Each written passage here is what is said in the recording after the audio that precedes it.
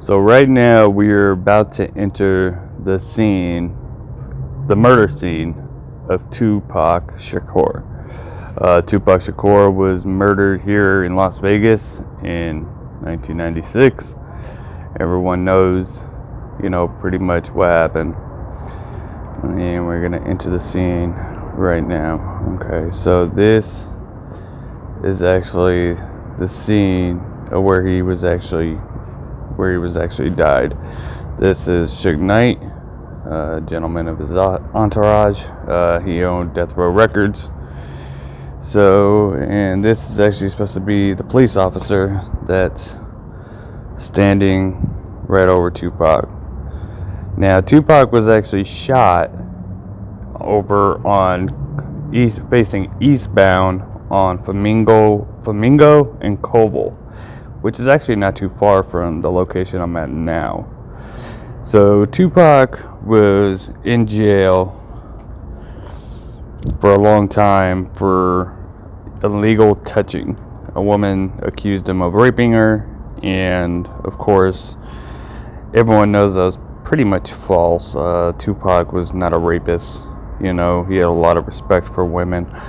So, but he did get found guilty of illegal touching, and to this day we don't know why, but they sent him to I'm standing too close to Suge. They sent him to a maximum security prison for that. And he was fighting. He had an appeal going, and he didn't have enough money for his bail. His bail, I believe, was $1.2 million, if I can remember correctly. I'm still standing a little too close to Suge. Let me get up in here. All right. So, and he didn't have enough money for his bail. And after doing almost a year in jail, he reached out to this man, Suge Knight, the owner of Death Row Records. He co-owned it at the time with the famous producer, rap star, Dr. Dre.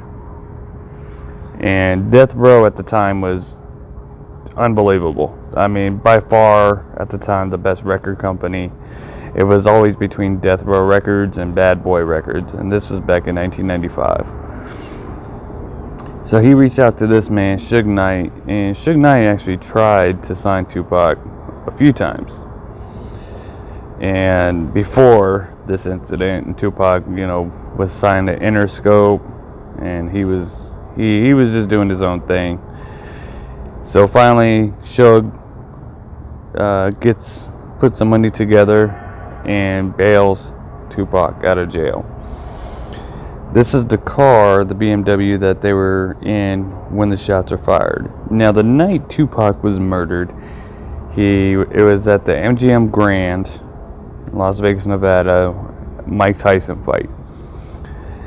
And there was a gentleman there there was actually more than one gentleman. There was about 12 guys there from LA that were from the Southside Crips.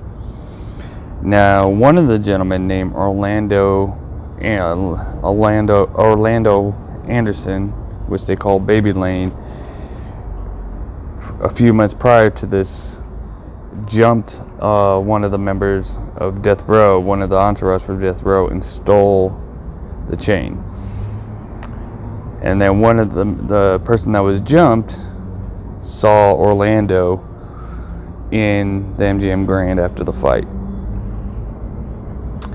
And ran up to Tupac and them and said, "Hey, there's the guy that jumped me." And Tupac takes off to the guy and just starts, beating his ass, and then all these other Death Row entourage started jumping in. Suge Knight jumped in. A gentleman named Buntry. Sorry. He was kicking on Orlando. And, a few others. They were just, beating Orlando pretty good. Even though he didn't seem hurt or anything afterwards, they jumped him. They take off, out of the casino and go back to their hotel room. About an hour goes by, and they're gonna go to Suge Knight's club. This gentleman, he owned a club. They go to his club 662, so for an after party where Tupac was supposed to perform. Tupac and Suge were driving. There was actually a picture taken of them moments before the shooting. So they're driving down, and they're heading to the club 662. They get to a stoplight at Flamingo and Cobalt. At the stoplight, a white Cadillac pulls up to the right side of them. Now, remind you, on the left side of them, there's two women in a car. They pull up. They're like, "Hey, Pac, Suge, what's up?" And they tell them, "Hey, just roll with us to the club." The white Cadillac pulls up to the right side of them and starts shooting. And you can see the bullet holes on the side of the BMW. If you look in closer. And Suge Knight was actually believed to be hit in the head. And you can see right there on the right side of his head. We don't know to this day if it was a bullet that hit him, or just scraped him, or a piece of glass got in there. I've heard so many different theories about this, but Suge was hit as well. Now, there's a gentleman named Keefe D that said he was there at the shooting, who was in the white Cadillac. He told the whole story to former LA police detective Greg Cady, who basically gave Keefe D a deal. You tell us exactly what happened, and we don't tell anybody anything. You don't get in trouble. Just tell us exactly what happened. We want to hear the story. Keefe D tells them the whole story, that they went to Club 662. They didn't see Tupac. They didn't see Suge. They didn't see anyone from Death Row. Now, at the time, there was some members from Death Row at the Club 662. Mob James, who was pretty much security for Death Row Records, called up his brother Buntry, who was at the fight and helped jump Orlando, said, "Hey, Keefe D and the Southside Crips are up here at 662. They waited for a little bit, then they drive off. They didn't see Tupac or Suge, so then they drive off. They went down Harmon, then they're going down Flamingo. Tupac was actually outside of the car, like he was in a parade. He was on the roof of the car, like he was in a parade. And then that's when they spot him. Keefe D made it known that if he wasn't outside, there was a sunroof. If he wouldn't have been hanging out there, they would have never seen him. They spot Tupac and Suge. They bust a U-turn, and then that's when they pull up and start shooting. Keefe D says that he had the gun. He tried to hand it to another gentleman that was in the back seat on the left-hand side, and I can't think of his right name right now, and he said, "No, I'm not doing that." Then Orlando Anderson, that was sitting right here behind the passenger seat, grabbed the gun, leaned over. He wasn't sitting right here, I'm just saying, behind the passenger seat of the white Cadillac. Leaned over the left side and then started shooting and hit Tupac. Suge Knight takes off, hits a curb, and he was unfortunately in the hospital for about 6 days before he was pronounced dead. He was on life support. This murder was unsolved.